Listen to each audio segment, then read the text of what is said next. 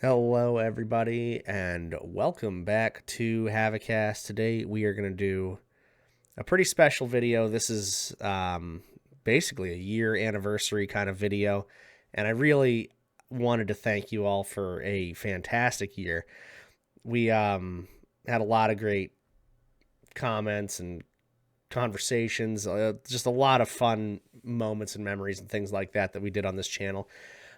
This is just like random side project that I decided to do. I stream full time on Twitch, and I do another full time channel on YouTube. So this was just kind of one of those, hey, whatever I feel like talking about, and I want to see what people love, and I want to share what I love, and I talk about music and things like that. James Bond movies are something that I've always loved, and I love to talk about. I love to share that. It's hard to do that on some of the other channels. I mean, I talk about them all the time, but here, like, I can really focus in and do it. So this channel was very fun and quite a special thing to do. So a year of this has been fantastic, and I really, really want to thank you all for all of this. It has been just wonderful to be able to share all of our, favorite things together like this, and keep it coming. I mean, what like I love to hear your lists on movies and music. I love to hear suggestions for new things to talk about or check out. I mean, I'd like to, even stuff I've never seen before. If it's your favorite thing, I'd like to experience it too and just tell you what I think. So, I mean, feel free to keep it coming. But that was a fantastic year, like I say.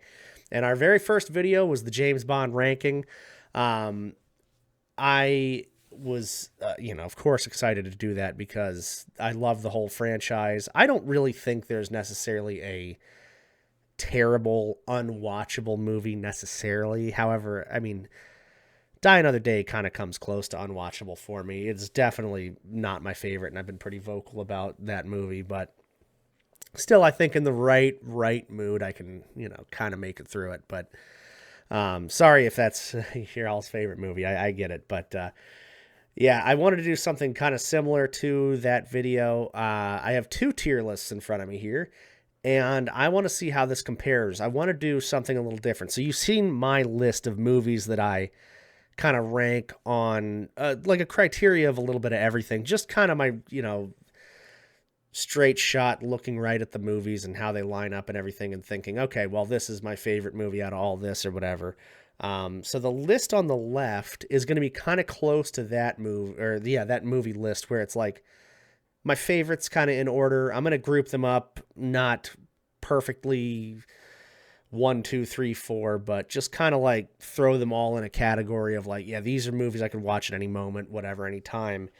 On the right side, so that was the left side. On the right side, this tier list, I want to do like a ranking of not necessarily good to bad, but just kind of like what I feel like the most fun movies are for me to watch personally. And then down to the more serious films that are not necessarily bad movies, but just more serious. So I might not always be in the mood to watch those. And then the hard to watch ones at the bottom are probably going to be fairly similar, I would think. But I'm going to try to be as objective as possible on something that is highly subjective. So, if that makes any sense. I have another pretty interesting way to look at this ranking and list and stuff that we're going to probably do later on this year, but I'll do all that later on. Anyway, but yeah, that's kind of what we're doing here. That's a little brief overview. And again, big thing is I just want to thank everybody for how fun and unexpectedly awesome this whole thing was. I just threw a couple videos up on a channel 1 month last year in January and was just like, hey, you know what?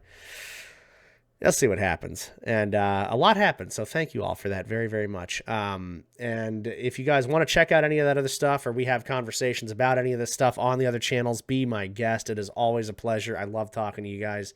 And genuinely, I care quite a bit about any content we create or share together, So thank you all for everything. And I will get this list going. But we're going to start in order. So Dr. No for me is one that, well, here's the thing. Anything 1995 and earlier, I could watch like any time. I mean, the Dalton ones I kind of have to be in the mood for, but I love the vintage movies. I like how even though these, like the first few Sean Connerys and The Roger Moore ones were 60s and 70s. They look so good, just so classic, so colorful and stylish, and there's just something that's just so elegant about a lot of these movies. And I don't know, they age pretty well for the most part. I mean, some of the dialogue, of course, and the themes get a little like out there for today's standards, and I get that. But like as far as the locations and the scenery and the way the movie's put together, like it ages pretty well. And Dr. No, I mean, it's funny, this picture here with the rear projection and stuff obviously has not aged well, but I love the locations. I love how just cool, calm, and collected Sean Connery is through it. I mean, it was the first big portrayal of Bond. I know there was some stuff before this, and of course the books and everything, but he did such a good job, and Dr. No just setting the tone. I like Dr. No a lot. I also want to just preface this whole thing by saying I watched a lot of these movies over the last few months, and I did that because I was working on getting a lot of these videos for all the channels and things edited and uploaded. I was also working on editing commissions and things like that, so I had a chance to just kind of have these playing kind of on the side while I was working, and it's just such a great thing to have something you really love and care about just kind of rolling while you're working. It keeps you grounded, it keeps you focused. It's almost like you're enjoying your time, but also getting things done. So it's a weird little dichotomy there. But anyway, Dr. No for me, I'm going to put it in a great movie. I don't think it's an all-time great, all-time favorite necessarily, but I do think it is a great movie. I like I say, the themes, the look of it. I quite enjoy watching it. I think it is just...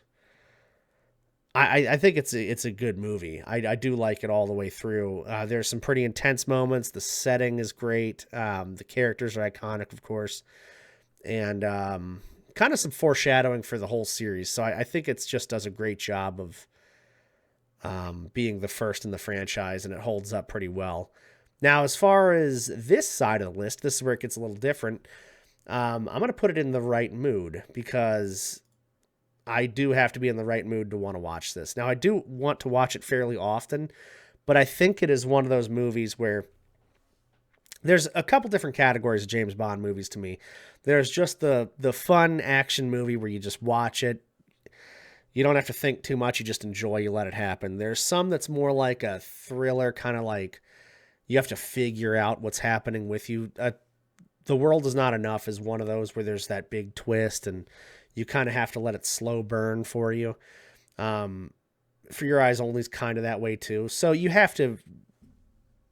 I don't want to say it's one of those movies where you watch it and then once you see the twist, it's kind of just ruined for you. I think that is something that those couple of movies do suffer from, though, is once you kind of know the big reveal, it loses its luster. I think when I first saw it, The World Is Not Enough, and For Your Eyes Only, I was like, what is happening? Who's who? What's going on here? What's this person doing? Who's this character tied to? And after that, I was like, well, I enjoy watching the movie. And the second and third time, I knew it was happening, but still wanted to see it from the other perspectives. But it does lose a little bit of that suspense element once you know what's happening. Same with GoldenEye, really. And GoldenEye is one of my favorite movies, but once you know what the big twist is in that, it's kind of like, okay, well.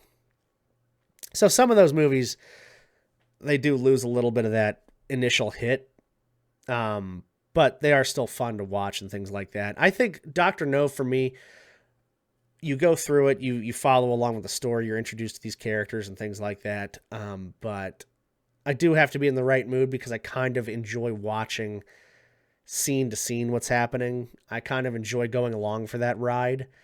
And especially when they get to the island and Dr. No is kind of revealed and everything like that, it feels like you only live twice light. And I've always liked that you only live twice reveal as well. But it's a fun ride. I like Dr. No. I have to be in the right mood for that. From Russia with Love. Now, so this is an interesting one. Watching it back, I enjoyed this one. And I think it is also a great movie. But it is definitely one of the more serious, especially in the Connery lineage, where I definitely think it's not one that I just want to pop on and enjoy in the background. This is one that I want to sit down and seriously watch. So I wouldn't say it's not a fun movie, but I think it's definitely more of a serious film than anything. I think it's more, there's a couple of Bondy parts, of course, in it, and you get a little camp and stuff, but at the core of it, it is a very serious spy thrilling movie, and I love From Russia with Love. I actually really enjoy the movie a lot. It's funny. I always forget about how good it is until I watch it again, and I think, wow, this is actually really. There's nothing that just absolutely explodes off the screen or sticks out, and I'm talking about like as far as scenes go. I know there's explosions and things, but um, Karen Bay is an awesome ally, of course. I like the settings. I like everything about From Russia with Love, except the gypsy camp scene. I could totally do without that. I think it's just kind of weird. It doesn't ruin the movie or anything, of course, but it's just like, what's even going on? I know they had to like make something to have the trust given over to Bond and everything like that, but I'm sure they could have found a better way to do it. Either way, it doesn't matter. Like I say, overall the movie's so solid, but it is one of those that I can't just throw on and think, oh, this is ridiculous but fun, you know. Um, and again, this is kind of more of how I feel about the movies, just as movies, not necessarily my list in order. And you'll see when we get to Diamonds Are Forever what I'm talking about. But yeah, so Goldfinger next. This is gonna be just all time favorite. And when I say favorite, I mean like, yeah, it's one of my favorites, but also kind of like it's known as a popular, like a favorite among, I guess, many of the people favor this movie. I don't know how to better describe that, but that's kind of where I'm going with that. Um, Maybe I should say all time great instead of all. Let's do all time great instead of all time favorite because that makes more sense. Um, yeah, let's just do it like that. Because I mean, I was thinking about it. Like some of my favorite movies would not be up that high. So, okay, yeah, that feels a little better. But yeah, we'll put Goldfinger up here. People love that movie. I always knock it down a little bit, and then I watch it again, and I think, you know what, this one is ridiculous in places, but there's some incredible dialogue and interaction. It's iconic. It is a very fun movie to watch. So I'm gonna put it in the very fun, and I just have a good time watching it. I really do. I really enjoyed. I mean, I had some great moments just working on things and watching this movie. It was quite a fun ride, and it always is. It's always something that I go into thinking, well, it's all right, right? But blows away expectations every time. And I love that about a movie that I've seen many times and a movie that old. I think it's fantastic. But it is a fun movie to watch too. Like I say, there's parts where I laugh. There's parts where you get a lot of Bond moments and things in there. And you can just put it on in the background and just enjoy it, you know? I think that's what makes a very fun movie is something that you don't necessarily have to always be paying attention to feel wrapped up in the story, but you can just kind of pick up wherever and you're just having a good time. Thunderball. This one's a controversial one. I know people love it or hate it. It's kind of slow. I don't I think it's I think like a pretty good movie. I for me personally, like I definitely enjoy Thunderball. It was one of my favorites when I first saw it, but um I do think that I've not lost favor for it, but I think others have grown on me past this one. So I think I still love this movie, but I don't love it as much as I love some of these and some of these down here. So that's kind of mixed feelings on it. Like I say, people think it's slow, and I get that. For my purpose of just putting something on to have in the background that I enjoy and that's kind of familiar to me, and it's almost like comfort food. Yeah, I definitely was happy to have this on while I was working on things, and I enjoy just watching the style on this movie too. I think it's a very beautiful movie. Great locations, just great scenery, colors popping. I really enjoy Thunderball, but it is also one where I think I'm in the right mood for, and I'll watch So it's definitely one that I can't just pop on and completely zone out. I can't just pop on and completely enjoy.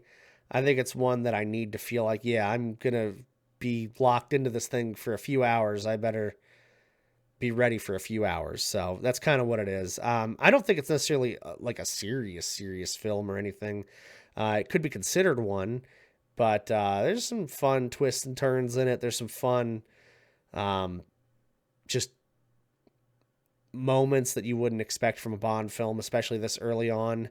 And the characters are fairly diverse and interesting. Oh man, I just I don't know. I was blown away when I first saw it, and I think that also kind of like changed something about me watching the Bond films. Like I enjoyed From Russia with Love and Goldfinger and Doctor No, but when I saw Thunderball, it kind of just like, wow, I'm really set. Like I'm locked in. So that was something that'll always kind of be a core memory with me. So I think as a movie overall, it does what it needs to do.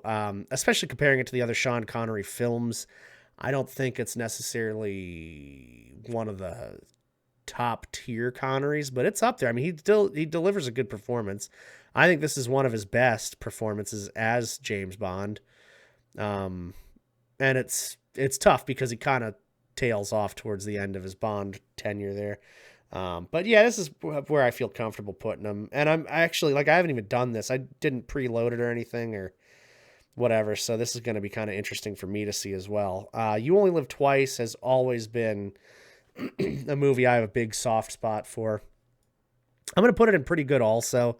Just to be fair, like I say, this is not my personal list. This is more just an objective side of my personal list. Like I think this movie, if you're talking about one of my favorites, goes a little higher, but as a movie overall, I think it has the sag point in the middle. There's some continuity stuff. Connery is definitely not on his game. I don't think he's horrible in the movie. Like a lot of people think he's just horrible in it. But I do think that, it's not his best performance for sure. So I'm going to put it in the pretty good category. Now, as far as how much fun I have with this movie, though, I'm going to put it in the very fun because I do have a lot of fun with this movie. I do enjoy it. I think the end of the movie, something in the ending of the movie always wows me. I notice something different about the set pieces. I just sit there and I look at the set. I look at what they've done and I think, my God, how incredible would this have been to see in the movies, like, back in the 60s, and just this grand spectacle, incredible scene. And it just teleports you back to a time that, I wasn't alive. I wasn't even close to being alive back then, but yet, oh my God, it just makes you so nostalgic for a time that you didn't even get a chance to live in. Just the way it looks and feels and the interactions and everything. It's just a beautiful freaking movie. Japan looks great. I think it's a lot of fun. I have a lot of fun with this one. It gets you thinking, it gets you feeling. And I've always loved to just have the iconic nature of the film, the Blofeld reveal, and when Blofeld comes out and the cat and everything. I don't know. It's just so much to love about this movie. When it's not like a fantastic movie, if we're being honest, but it doesn't have to be. It's Bond, Bond is fantastic in general. I love it. Yeah, we will move on to the next one, though, before I get too sentimental about that, and come on with kind of a similar situation. See, on Her Majesty's Secret Service, I kind of feel like it borders all-time great. I'm going to be careful, though, and put it in great movie. I know some people have a lot of reservations about Bond himself in the movie. Lazenby, I don't mind. I don't think he does a terrible job. And Diana Rigg is fantastic, of course, but as a movie in general, I think it's just a great kind of movie. I like watching it. I enjoy it. It's one of my favorites for sure. But I think I don't know. I mean, a couple of sticking points from a Bond perspective is just that he seems anytime Bond is going rogue or kind of diverting from the path or wanting to divert from the path. It feels a little. I always imagine Bond as being this. I'm dedicated to my country and my job and my duty, and I don't want, I'll do anything to preserve those values and things. So when he goes rogue, it feels a little more human than superhuman, which is not necessarily a bad thing. And I know that's more kind of relatable to the books. However, like most of the Bond movies, I see a man on a mission, and he does get back to that man on a mission kind of thing. And he does whatever he has to do to get the mission done in this one. So there's that little, like, we get brought back, and it's not a full license to kill moment or anything like that, but we do get brought back into, hey, we're on this mission. And it is just an interesting look into his life without getting too far away from a man on a mission. I like the movie a lot. I think it's a great movie. And I think the only thing holding it back from all-time great, like I say, is just those few couple of things. But even then, it still gets, I feel like, better and better every year. And it is one of the most time capsule, one of the most in the moment kind of Bond movies where the fashion, the style, the colors, everything just kind of pops and looks very of the time, which isn't necessarily a bad thing for me. I really enjoy that, actually. And I'm gonna put this in very fun, but the top of very fun, because again, for the same reasons it doesn't go all time great, I think there's just a couple of things that hold it back. I enjoy watching this movie and like really studying this movie because of how in the moment and time capsule it is. I didn't understand what was really going on. I mean, I saw this a long time ago and I didn't understand what was really going on in the movie. So I had to watch it a couple of times to really get what was happening. Some good dialogue in it, and the ending scene, of course, is one of the best in the franchise. It's so good. When it comes to fun for me, I think what sways it, though, is the actors that portray Bond as well. I mean, Roger Moore, like, and Connery and Brosnan, those three really do it for me when it comes to having fun just kind of watching the movies. So I think he does a good job, but I think it's missing that little like bit of push over the edge for most fun. And as you can see, like some of these, I mean, they're all missing a little something here and there for it to be just kind of like effortlessly, I put this on and I'm just having a good time the whole way through. But in the right moods, you can be, any of these can be the most fun movies. I just think that this one is missing a little something to be the most fun. Anyway, I'm over here rambling. This is where I was talking about earlier, though. In my ranking, Diamonds Are Forever was high and probably got even higher because I just enjoy this movie so much. It is a guilty pleasure, comfort food 100% of the way. I think it's ridiculous. It's not a very great, classy Bond, elegant movie. Like I say, live in Las Vegas, and I have this deep love and nostalgia for old Vegas. So anytime I see anything with old Vegas in it, especially like this, it's my favorite things being put together. So I've always loved Diamonds Are Forever, and it has just grown on me time and time again when I watch it. I watch it probably more than any other Bond film because, like I say, it is my comfort food movie. Objectively,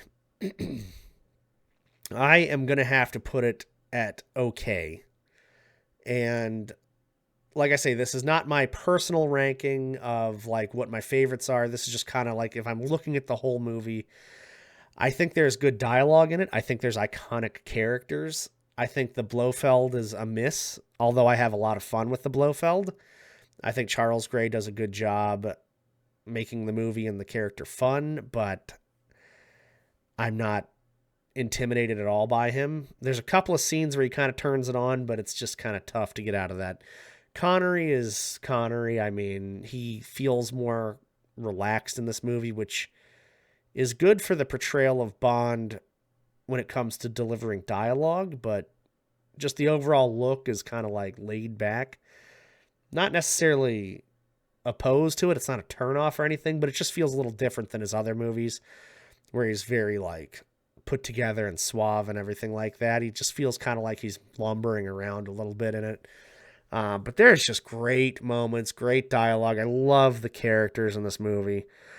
Here's something that I think is interesting. Tiffany Case, right? So Jill St. John gets a bad rap because her character starts out real tough, real kind of like in the moment, is very put together, very authoritative, very just a hard nosed kind of character, and then just turns into this like stumbling idiot character at the end. I think they did that on purpose though, because she's a good actress, but the character changes over time and is put into situations where there's not really a whole lot she can do about it. Like the whole Plenty ending up dead in her pool. I don't know what you do with that scene because why was she even there? The whole how does she know who Blofeld and the cat are when they go out of the casino? She's put in that awkward situation. Blofeld's in a weird situation. There's just so much about this movie that's really not great. And then, of course, the stunts and things that were put in here. There are some good moments that I think save it from being not the best. And I say not the best as a category because I don't think there's really a Bond film that is completely horrible and unwatchable. Die Another Day gets pretty close for me. This one, I think, is like in the moment a decent kind of movie. But it's not a great movie. It's not a good movie. It's just okay and bordering not the best, to be completely honest. I love it, but it doesn't matter if I love it.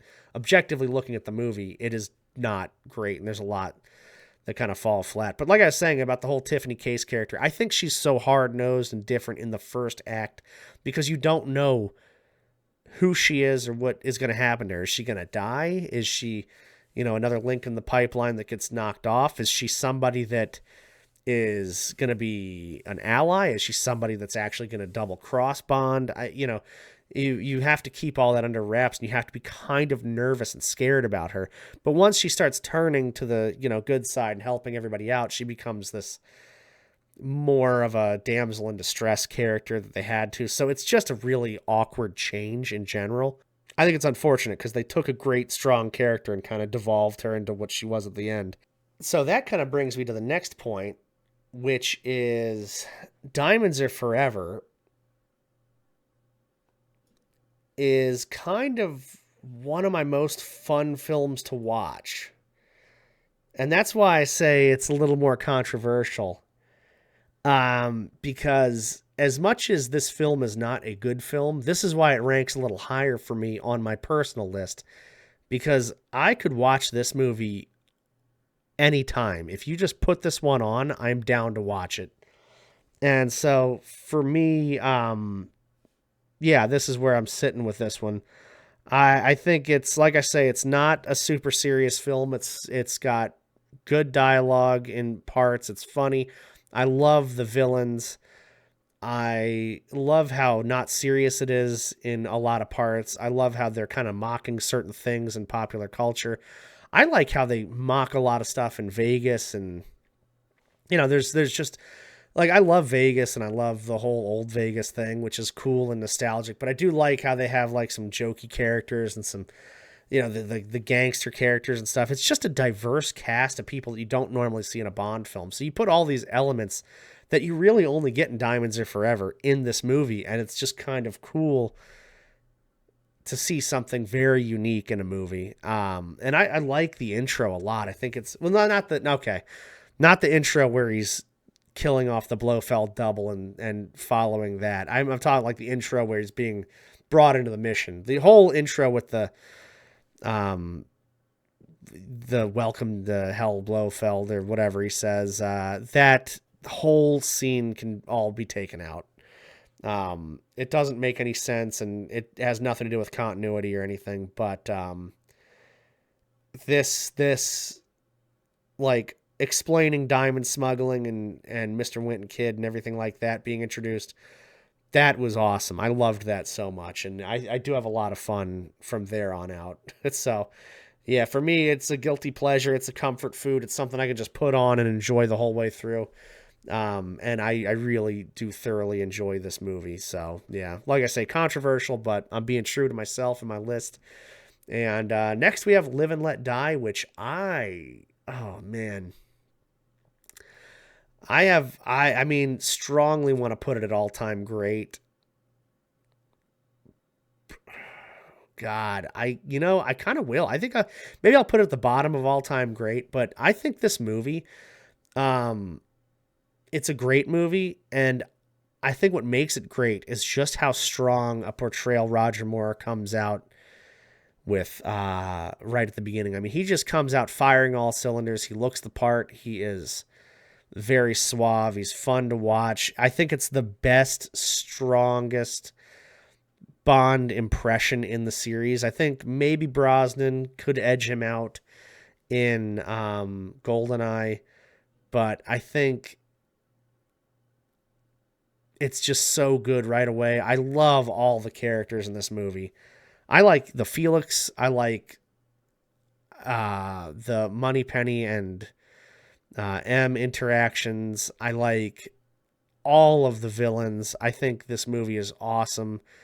Twists and turns in it. I think I just think it's an iconic movie as well. I really love the setting. I'm not a huge fan of when Bond is in the U.S. normally, but I just the settings are so cool. I just like I love Louisiana also. New York is a fun location, especially during the time.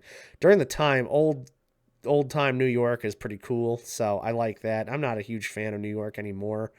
It's just so like commercial now compared to what it used. It's more of an attraction than what it used to be, I think. And used to be like, well, it was cool to go there or film there or whatever. Now it's kind of like, you just kind of expect it. So I don't know. I like the settings and like I said, the characters are iconic. Great lines in this movie.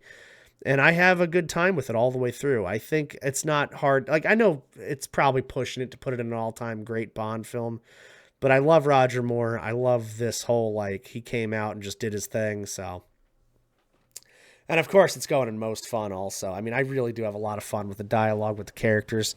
I think it's pretty open and closed for me. I really enjoy this movie a lot. And it was also one of the first ones I saw. So I think I saw GoldenEye when I was young, and then saw this one right after. And I didn't love this one right after, but it made a big impression on me. Also, Yaphet Kotto, man, God, I love him. I mean, he was such a good actor, and he does an incredible job playing essentially two roles in this movie. But yeah, it's just great all the way through. I love it. The Man with the Golden Gun, I gotta put it at not the best. This is the one, like, even more so than Diamonds Are Forever, because I think they take Roger Moore and push him a little too far over the edge. I think they could have done way more with this movie. I think they shoehorned in a plot that didn't have to be there with the Solex agitator and stuff. I don't know. There are some cool twists and turns, I think, with how everybody, like, Scaramanga was a great villain. Christopher Lee, of course, is an awesome actor and just did a great job with this movie, but they could have done a lot more with that. And I think it's cool that he didn't really want any part of, like, assassinating Bond, and that was the whole, like, the mistress kind of brought him in. That was interesting, a little interesting plot twist in there. And they would go their separate ways. But that Solex agitator, of course, had to be forced in there to make sure that they had a fight and a climactic end and everything like that. But I don't know. It's just, to me, it's a lot of different things happening. Bringing back the sheriff, I just find kind of annoying. I didn't mind him in this one, in Live and Let Die, but in The Man with the Golden Gun, it's just like, all right, what are the odds and why do we have to do this? It started really pushing the campy territory when they're trying to make Roger Moore more serious too. So very interesting. I think this is going to be a hard to watch sometimes because I have watched this recently and I've enjoyed just watching it, but I think I enjoy it mostly just because it's a Bond film and not necessarily in the lineage of the James Bond series. Do I really enjoy the movie itself? And I don't ever find myself like going to watch it. I don't like seek it out ever. It's just something that is on if I want to watch it, or, oh, hey, I'm watching them all in order. Here it comes. But it's never like, oh, damn, let me put that on. Now, Diamonds Are Forever, Live and Let Die. These two, I like these so much. I actually rented both of these recently on Amazon Prime too, because I was watching them all for free when they were free like 2 months ago, and I have the DVDs, but I was just at my computer and I didn't want to go set all this other stuff up, and I said, you know what, I'm actually going to rent these, and I did, which is ridiculous, but that's just how much I wanted to just enjoy my time for a little bit, so I don't know. I'm still hooking up all the DVD player and all that stuff. It's ridiculous that I even have to at this point, but you got to do what you got to do. And we move from these Live and Let Die and The Man with the Golden Gun into one of my favorite all time, one of the best movies I think that was made in the Bond film. The Spy Who Loved Me is quintessentially like one of the most perfect Bond films all the way through. It has everything you want. It's over the top in the best possible way. It's got iconic, memorable villains, allies, everything. The plot is awesome. Of course, it's not perfect the way, every Bond movie has something that you would change or do, but it does something that a lot of Bond movies do better. The humor's great. The twists and turns are good. The chase scene in the middle where it's like land, sea, and air all coming together is incredible. Jaws, of course. The locations are fantastic. When they go to Egypt, I was sold. I've always loved Egypt. I've always loved archaeology and things like that. And they don't have a huge prominent role, but just looking at that kind of stuff, it's just exciting to me all the time. The colors, the style, everything's beautiful about this movie. And it is, it's just fun. It's a fun ride. And it's, of course, going to be in the most fun. I can watch this one anytime also. To be fair, though, I think I will put it a little further down because I do have fun watching this movie, but it is one that, it's a little more serious as well. So it's not like, oh, it's ridiculous. It's kind of like a clown show, like Diamonds Are Forever. It's like fun, but a serious kind of fun. And I really love how they just kind of balance everything out. God, I don't know. Spy Who Loved Me is so awesome. It is just such a fun movie to watch. I think we can safely move on to the next, which is Moonraker. Moonraker, of course. See, this one's grown on me a lot. I used to hate this movie, and then I thought, actually, it's not too bad, and now I kind of like it. But as far as my personal list, it goes a little higher. For this one, I don't know if I want to put it at okay or not the best. I think I might want to go top of not the best. As a movie, there's a lot of stuff that doesn't make sense. It was a movie that was kind of just forced into the lineage also, as a reaction to Star Wars and everything. It's a lot of fun, but there's a lot that doesn't make sense with it. There are some cool parts, cool locations. He's kind of all over the place. The glass, like, blowing museum thing, I thought was kind of a cool scene and a cool fight, but I just don't know why you're fighting a samurai in there. I know the guy's like a henchman, but they always find a way in Bond to put ninjas and samurais and stuff just where they don't belong. Never really understood that. But the space battle's ridiculous. I've never loved the big Bond battles because it seems kind of like it defeats the purpose of James Bond himself. It's like, hey, I'm a spy. I'm going to do this like mission so we don't have a war breakout. And then there's just, armies are fighting now. It's like, what wasn't the whole point of this to like stop that from happening? But yeah, anyway, the space battle's insane. It's ridiculous. I like how we just all of a sudden have lasers and then we just don't ever again, until I guess the laser watch. But yeah, weird. And I think it's also interesting how 10, 20 years ago, it was kind of like, okay, this is ridiculous. When I first started watching this movie, I thought, okay, we're going in space now. Come on. Stupidest thing I've ever seen. And literally nowadays we have billionaires blasting off into space. I don't think you could build a whole space station without it being detected. But I do think that it is now very possible for just anybody to do whatever they want in space if they have enough money, which is crazy to say and think about. But yeah, that is actually happening. So, It just it gets a little more realistic every year, unfortunately, for people that love the old films. This one's kind of coming into a little bit more relevance. But yeah, I just think the continuity of it as a film, it just takes you on too much of a ride. Roger Moore's fantastic. You know, he's never going to have another Man with the Golden Gun moment where you just are kind of scared of him. He's just so good in this. He looks the part. Like I said, the style's fine. Locations are interesting. I love Holly Goodhead. She's awesome.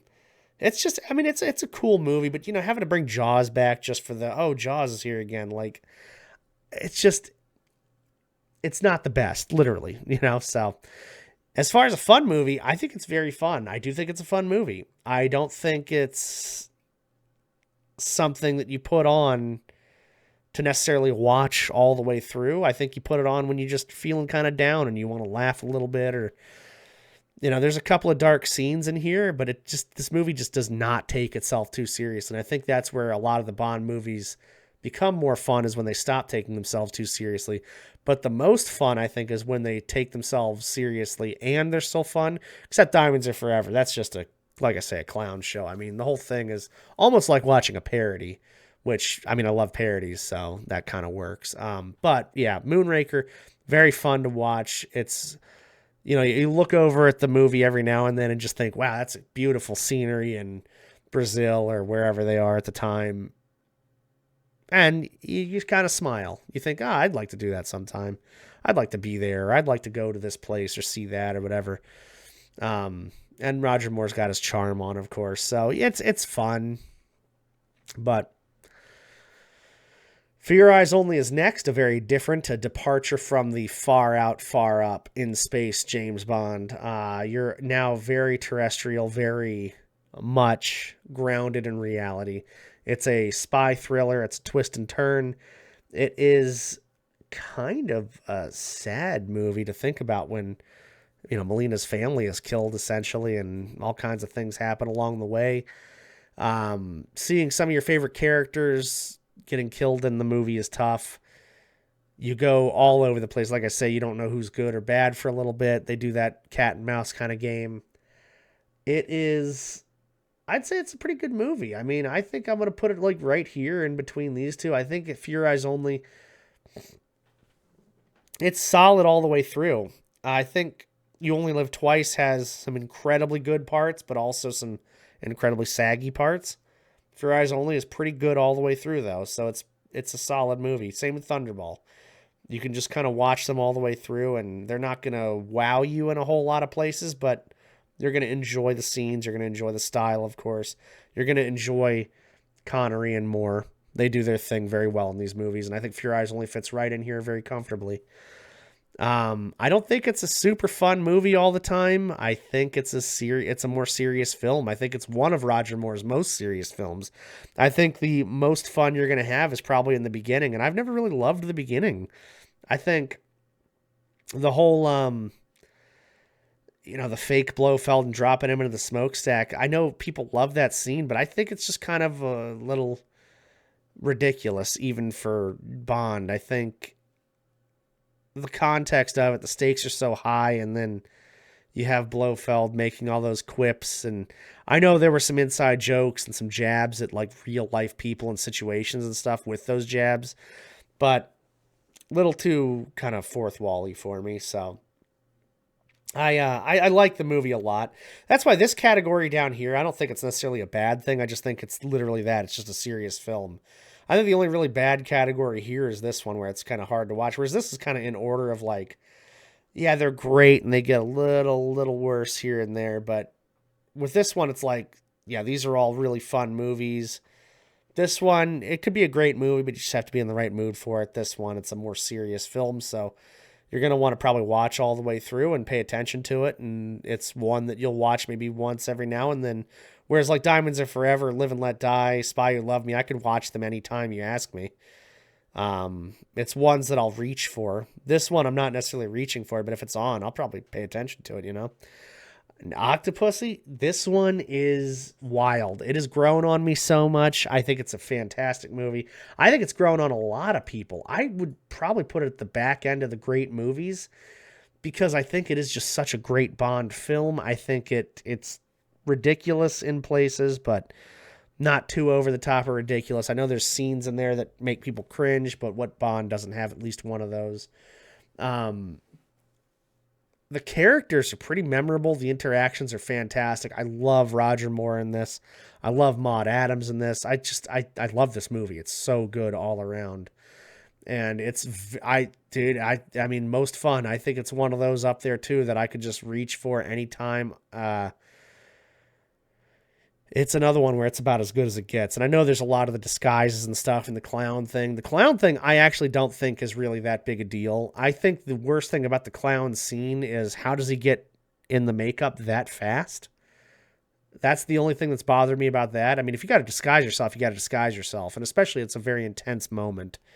But how the hell does he get dressed up that fast? I can't even put a hoodie on as fast as he got the clown makeup, you know? So I don't know. That's always been kind of weird for me. But I do have a lot of fun with that. And I think it is coming back as a great movie because it really is. I mean, the locations are awesome. The characters, like I say, are great. The plot is convoluted as hell, but it is a fun ride. And it's a long, fun ride. I have fun the whole way through. 10 years ago, people would look at this and say, boy, that movie kind of blows. But I think lately people are really coming around to it and appreciating what it is. And I love that. And the next one I am not as favorable on. So A View to a Kill for me, I am going to put at not the best also, which is so funny because Roger Moore, I think he made some of the best movies and some of the worst. And I think A View to a Kill is one of the worst. I'm going to put it down here. It's always hard for me to watch. I like parts of this movie and I don't even care about the age thing that much. It just doesn't bother me too much, but it seems a little stripped down for a Bond film. And then also it kind of leaves you wanting more with just like location doesn't do it for me. The characters are awesome. The way they interact just doesn't really do it for me either. I like the villains, but I don't think their interactions with Bond are ever that memorable. Until the end when there's that fight on the bridge and everything, I think that's pretty memorable and a pretty great... Like, Walken looks crazy in that movie at the end there especially, and to me, it's a shame there wasn't more of that throughout the movie in a more meaningful way. It felt very businessy the whole way through. There was a couple of plot points in there that just don't make sense to me, and it feels like, I mean, it is the end of an era. You essentially, without killing off characters, you're killing off everybody that you've known for decades now.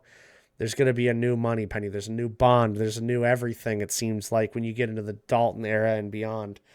And even though you don't necessarily know that if you're watching them in order, you can feel it kind of where there's just scene after scene where it seems like, okay, this is foreshadowing the end almost. And so, it's just one of those movies that it feels like it's important in the lineage of Bond, but it just doesn't do it for me. And I know people do love this movie. I get it. To each their own. It's all subjective, of course, but in terms of a movie, especially a Bond movie, it's just not the best for me, or really, I think in general. I know this list is kind of like not necessarily my list, but also I think overall A View to a Kill is kind of one of the more lackluster movies in the lineage. Because, like, when I look at Diamonds Are Forever, I think of a colorful movie, although a bad movie.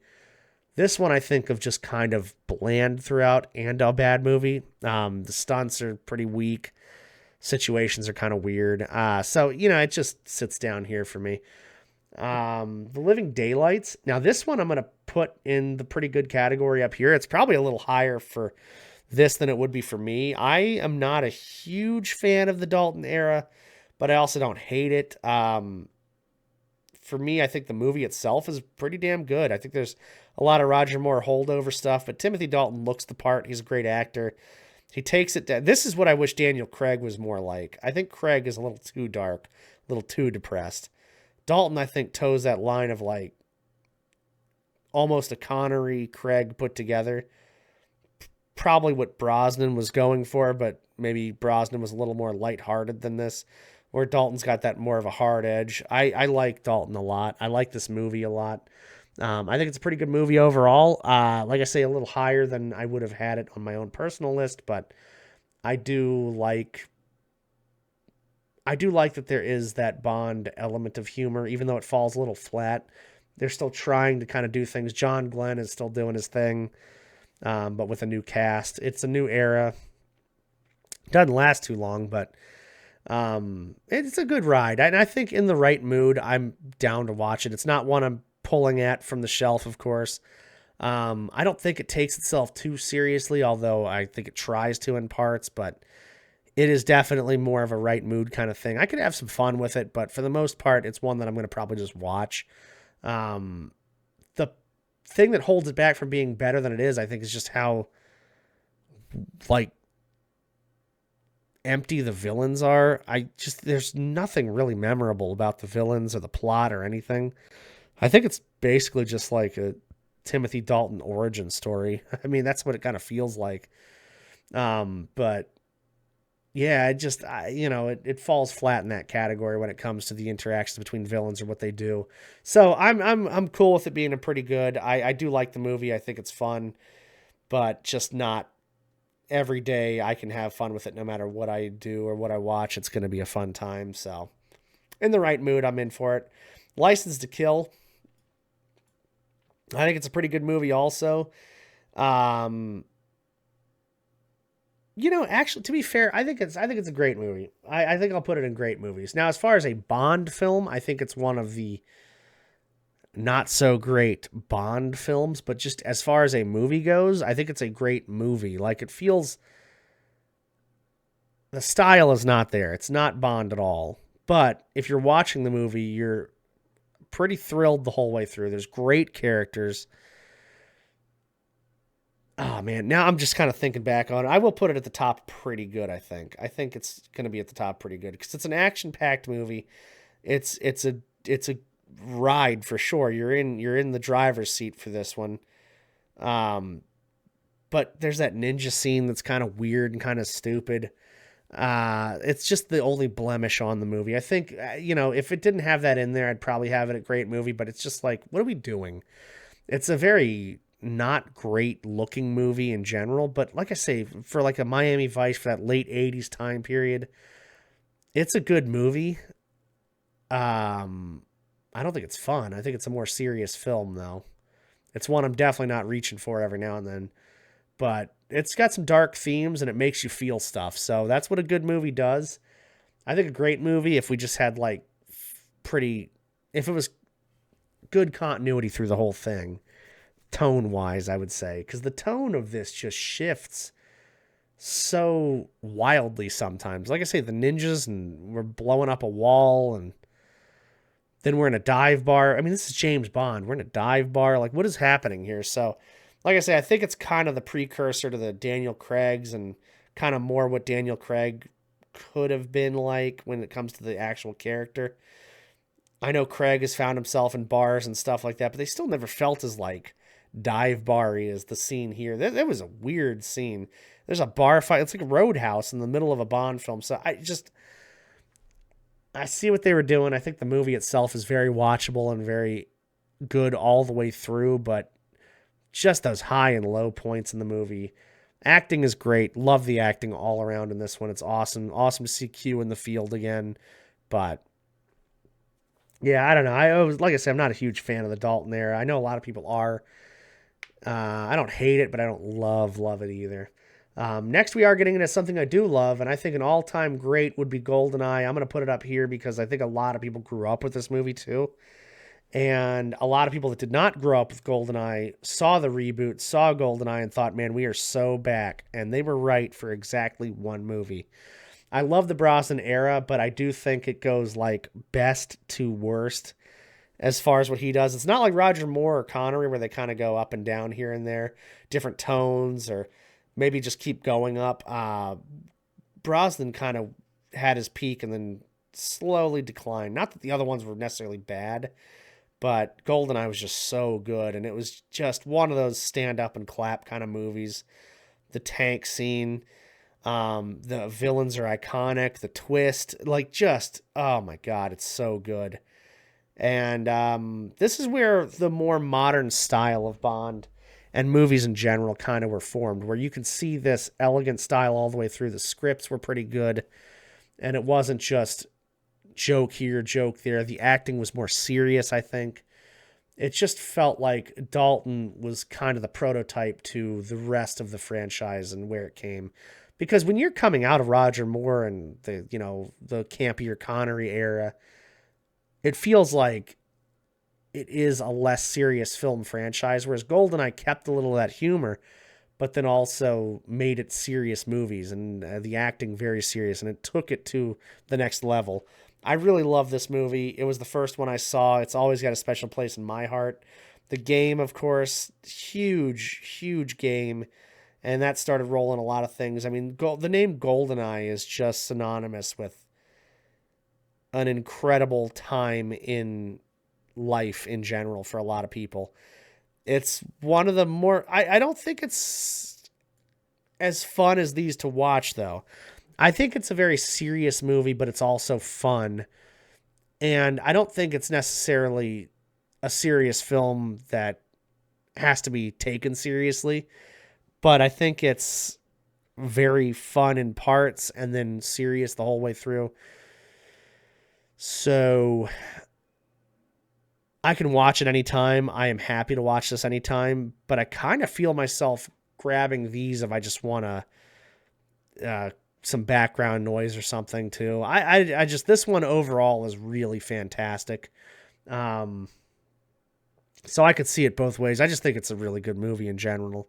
So most fun, yes, but also pretty serious. Kind of like The Spy Who Loved Me. But I think one of the most serious ones up here that's actually a lot of fun as well. Tomorrow Never Dies, I think, is a pretty good movie. I think it's a little too real nowadays with the way things go. Good characters, good interaction. Pierce Brosnan's awesome. I think he has some incredible moments. The garage scene's excellent. The scene when he's on the stealth boat is awesome. Well, the whole thing on the stealth boat's awesome.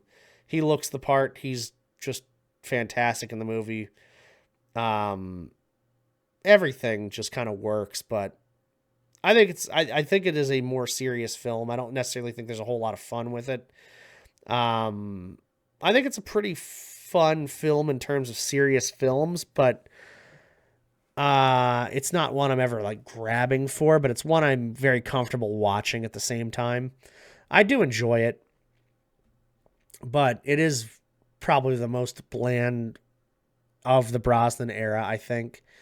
Good movie, just kind of in between, kind of in the middle there. Nothing really stand out, nothing really horrible in it. I just, the media whole thing where they're creating disasters and stories, I think is a little too real for this day and age now. Back in the day, it was kind of like, oh, that's crazy. I can't believe if that would happen. But now it's like, oh man, I feel like that does happen sometimes. I mean, you never know, but it's just one of those things where it's not super fun, I guess, for that reason. The World Is Not Enough. I think it's kind of in the okay to good.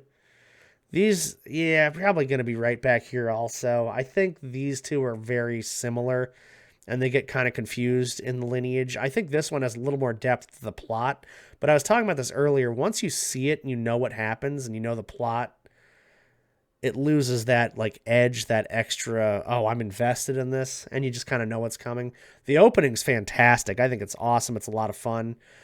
I have to say it's a right mood kind of movie, though, because I do think it can be fun, but I think there's a lot of parts that you'd need to really be invested in. And then also on top of that, once you know, it's almost like, well, do I need to watch this again?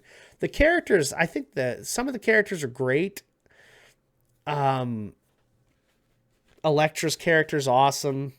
Very well done. I don't mind the Christmas Jones. Denise Richards doesn't bother me as much as she bothers other people. It's not believable, but it's not like horrible. I mean, there's a lot of Bond actresses that aren't necessarily believable in their roles. But also, what does that even mean? You know, I mean, anyone can kind of do anything, so I don't really take that as serious as a lot of other people do too. However, I will say that the dude, the villain, he just, I mean, what a waste of potential. It's just they don't do anything with his character, and oh my god, I feel like there's so much that was lost kind of in the background because you're watching Sophie Marceau the whole time and wondering what she's doing, and then everybody else is just kind of in their own world and come up only when they're called. That whole scene at the caviar plant and everything, where the helicopters are chasing Bond, it's a cool scene. It's awesome, but there's not a whole lot of like action-packed highlights in the movie. There's some cool moments and things, and there's definitely a lot of stuff that makes you feel in there. I just wouldn't say it's like a very fun movie all the way through. It's not a super serious film for most of it either, but it is pretty serious. So I think it's in the right mood is a good balance here where it's kind of fun sometimes. You got to be in the right mood. I can watch it and enjoy it, but I just think it's another one that in the Brosnan era that there's a lot of good about it, but as far as one of the best, I don't think so. Now I mean, if it's the first time you're watching it, it's a hell of a ride. It's a great movie, but I just don't think there's a whole lot of rewatchability. I think this is the least rewatchable one of the Bond movies, in my opinion, before Daniel Craig. I think when you get to the Daniel Craig era, everything's just kind of thrown out the window and it's a whole new ball game. And they did a reboot, so it makes sense. But we're going to move on to Die Another Day now. And God, Die Another Day is just, I do not like this movie. Objectively, I'm going to put it above Diamonds Are Forever. But just know, if this was my own ranking and not just what I think is more of a general consensus with everything, this would be dead last. I cannot stand this movie. I think it does two things that I really don't like a movie to do. One is take a great plot and just destroy it, which the first part of the movie where he's captured and he goes through all this torture and stuff, they just kind of gloss over that and then throw him back into society like it's nothing. And it could have made for all kinds of better plot points throughout the movie, or they could have done something more with getting even or figuring out what happened to him, or maybe explore more of him going through that and getting out of that situation or how he survives it. And it just turns into this campy just nightmare, this horrible CGI, horrible acting. I mean, Brosnan does his best with all these situations, so I got to give him full credit for taking it as seriously as he does, because it's such a ridiculous thing in the movies. There's the second thing I don't like about it is just how tonally it's all over the place. They try to make you feel something in certain parts of the movie for different characters, and you just fall so flat and it's almost ridiculous. They try to make this very sad, like, oh, who's my son moment with the villains at the end and everything like that on the plane. They try to make you just have this adrenaline-filled ride when it comes to the fight in space and the fencing and all, or not space, in the plane up in the sky and the fencing and all that. They try to make Jinx this badass character. I think she's horrible in the movie. I think the character is just not her thing. I think the dialogue is so cringeworthy in this movie. There's just so many one-liners that are horribly just ham-fisted into the movie. And it's just such a callbacky movie. They're relying on you go through the archive of all the different Bond gadgets and things, and you just don't need to do that. Like, I know it's an anniversary movie, but that doesn't need to be just thrown in your face, you know? They did it in such a tasteful way in On Her Majesty's Secret Service that when you go to Die Another Day and they have this like memories callback kind of thing, it's just like, oh, here's 1,000 different props that we have laying around. Let's throw that in this scene. And I know it's not a huge scene or anything, but it's just crazy. The car, I know it's Bond. It's crazy. It's out there. It can be fun and ridiculous, but it just feels a little too ridiculous for me. People that love this movie, again, I'm sorry. I don't think there's a right or wrong answer when it comes to stuff we love, and this is just on the opposite end of the spectrum from stuff I love. It is hard to watch all the time for me. Like there should be another category for this one. I do have a tough time getting through this one. And then here we come to an era that was very tough to judge in general because Daniel Craig is a great actor. He portrays a good Bond for sure. For me, the movies were up, down, and then kind of in the middle. As just straight up movies, Casino Royale is an all-time great. It is a fantastic movie. My personal ranking, it would be lower than these, but I just think as far as a good movie goes, it's got to be. I mean, it's an all-time great. They make a card game exciting and thrilling. They make the characters so believable and the interactions are great. It's an incredible debut for Craig. It is one that you are left feeling something at the end of. It's a stand up and cheer movie. You're brought way down at the end when Vesper dies, and then you're brought way up when Bond delivers his line. They mess with the formula of the barrel scene, the intro, the iconic lines getting delivered. It's just such a beautiful thing. They just do such a good job with this movie. Outside of Bond in general, the movie is just great. It's so good. It's a very serious film. I wouldn't say I have a whole lot of fun with this movie, but I do have some fun with it. I enjoy watching it. It is a serious film, though, and it is seriously good. If you want to show anybody a Bond film, if you want to get them into the series, I probably wouldn't recommend this one because it will ruin the rest of the franchise for them. I think if you see this movie, it gives you a whole different picture of what Bond can be. I think if you were to get somebody into the series, go with like an earlier one, maybe a From Russia with Love, maybe a Goldfinger, a Goldeneye, a Spy Who Loved Me, something like that, where it's like it gives you a little bit of everything. And then you can get down this more like beautiful film, because I think if you expect this in every single Bond movie, you're gonna be pretty disappointed with some of this stuff, you know. Now I think obviously people will go back and watch the Bond films. I just don't think they'll enjoy them as much if they see this and then these versus like one of these and then this, because you can appreciate how good this film is once you've seen some of these films. And you can appreciate where this came from if you see these movies after you see Casino Royale. But I do think that this one is just so good and so very unique in the franchise that it might be kind of an outlier film when you're trying to get people into the franchise. But yeah, that's where I mean, Casino Royale is great. I think a lot of us know that already. Quantum, I mean, it's not good. I think the as a movie, it's just hard to follow along with the pacing, the scenes, the editing. I know people do defend this movie and like this movie, and I get it. I actually don't hate this movie. I think it's kind of a fun ride. I'm gonna put it in the right mood because I think it can be pretty fun. It's supposed to be more serious, but just kind of the ride you're taking on, it's more of like I don't know. It just feels kind of out of place in general. Almost not necessary in the franchise, especially because they try to make this Craig film arc. And this just feels like tying up loose ends that don't need to be tied up from Casino Royale. It almost feels like they wanted to make an extended outro for Casino Royale or like a part 2. And it just, I don't know. It doesn't need to be said, in my opinion. I think they wrapped up Casino Royale in a good enough way. But it's just not a great movie altogether. The writer's strike was going on. A lot of stuff working against it. To be fair, they did a good job with what they had at the time.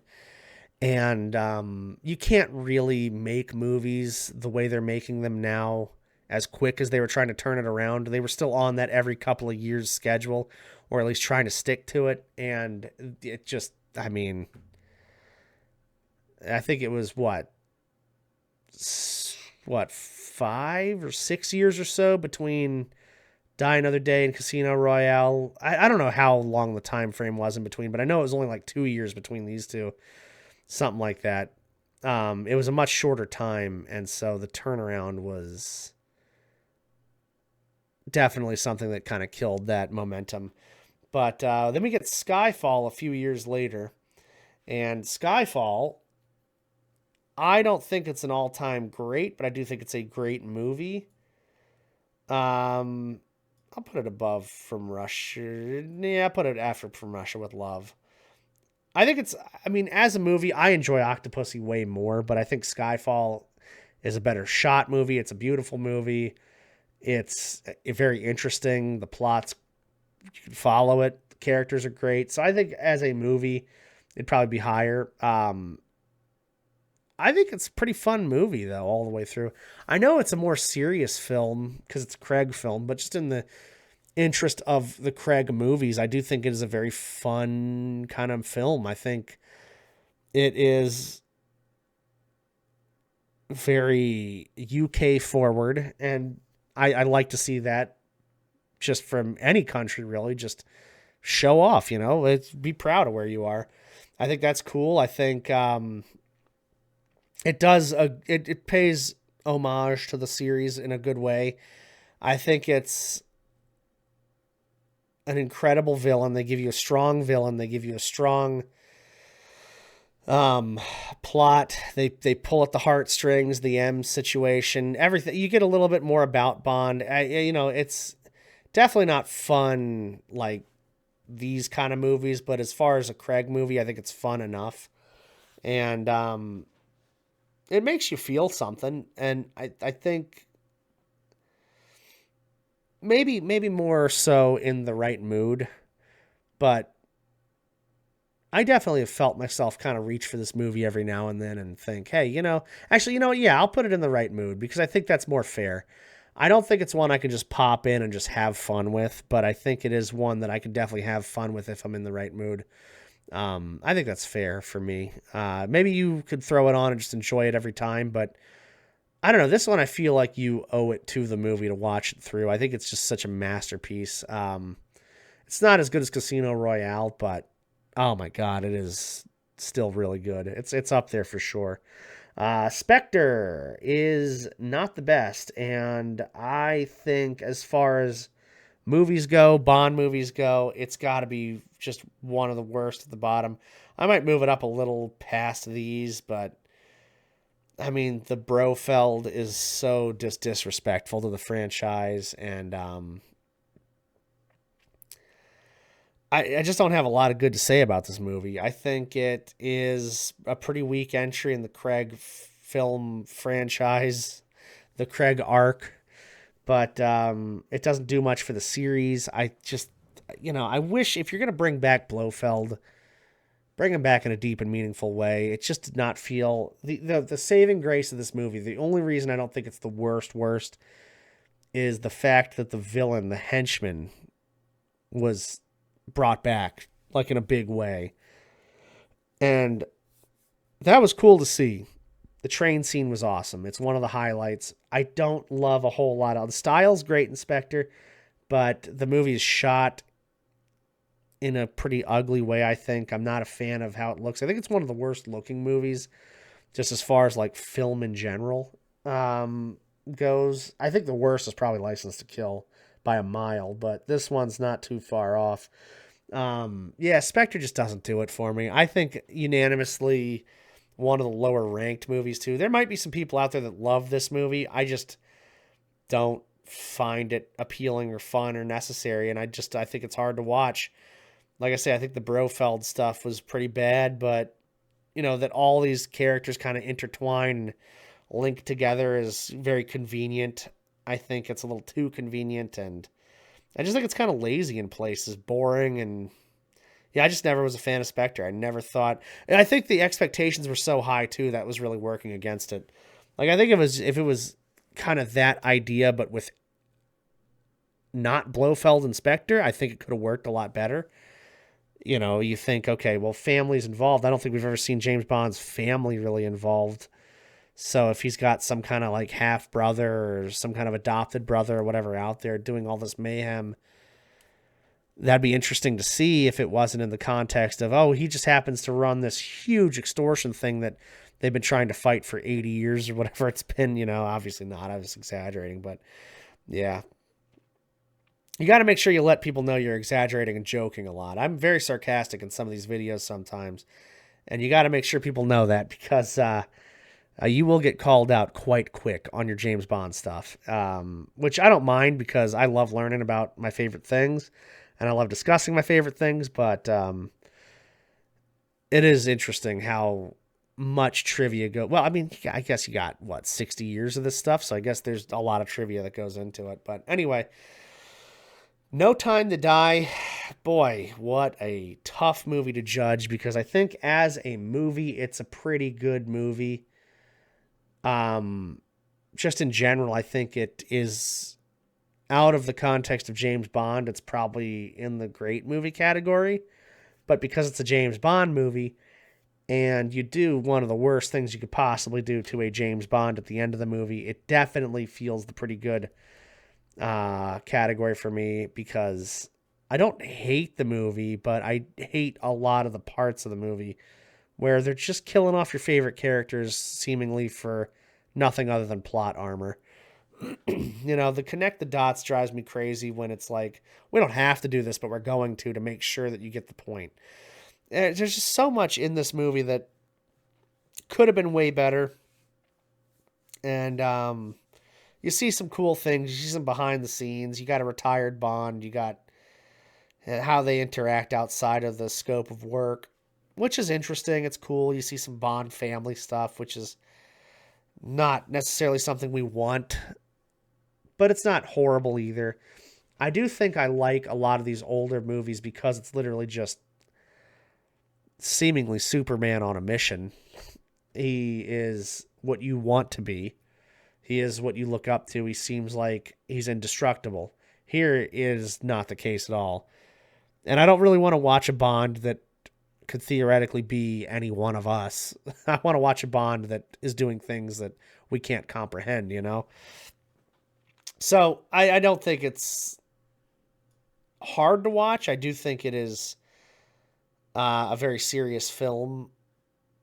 I'll probably put it at the end kind of bordering hard to watch because I know it is hard to watch for a lot of people. It's not one I'm ever going to really reach for. But if it's on or if I'm watching them all in order, I'm not going to hate it. I'll definitely take it seriously.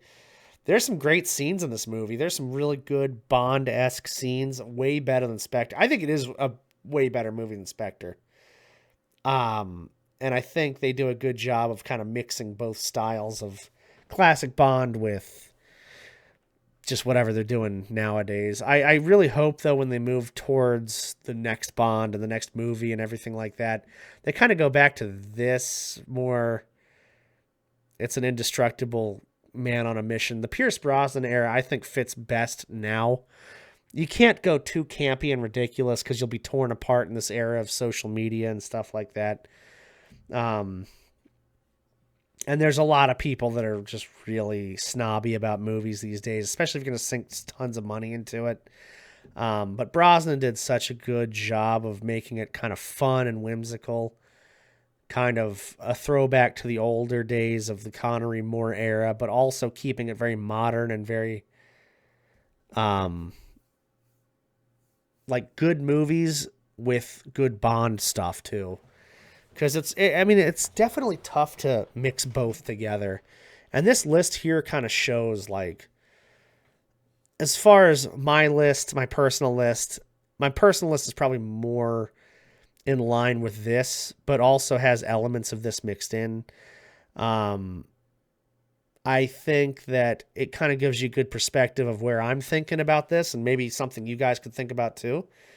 I know it's going to be kind of hard to comment like both lists or things like that, but maybe if you see something that you think is one of your more fun favorite movies to watch, or maybe if you think something is way better than what I have it at here. Like I said, this isn't in any particular like order. I didn't go to IMDb or something or Rotten Tomatoes and pick the list. It's just kind of what I've seen on other people's lists or my own list kind of mixed in. Like I say, Diamonds Are Forever for me would be way higher just because I love that. It's comfort food. Moonraker would be higher if it was my list. I think some of these would be a little lower, a little high. Just it was a great exercise, I think, and especially for this anniversary. Like I say, I mean, this is a year of this channel, and I can't wait to do more of this with you guys. Thank you for just hanging out, making it possible, and everything. I mean, this has just been such a great year, and we're gonna have another great year, and hopefully way more after that. Like I say, this is just something I started kind of on the side while I was doing all these other channels. I mean, I think I have 4 YouTube channels now, and of course, like I say, my stream is my main thing on Twitch, and just the fact that this has been as fun and interactive as it has been, I really appreciate you all for that. So thank you, and I will see you all in the next one. Please take care of yourselves. Watch some Bond films, y'all. Do something good for yourself, Take care of yourself. This is a new year, y'all. We're going to have a good time. But yeah, I will see y'all later. Take it easy.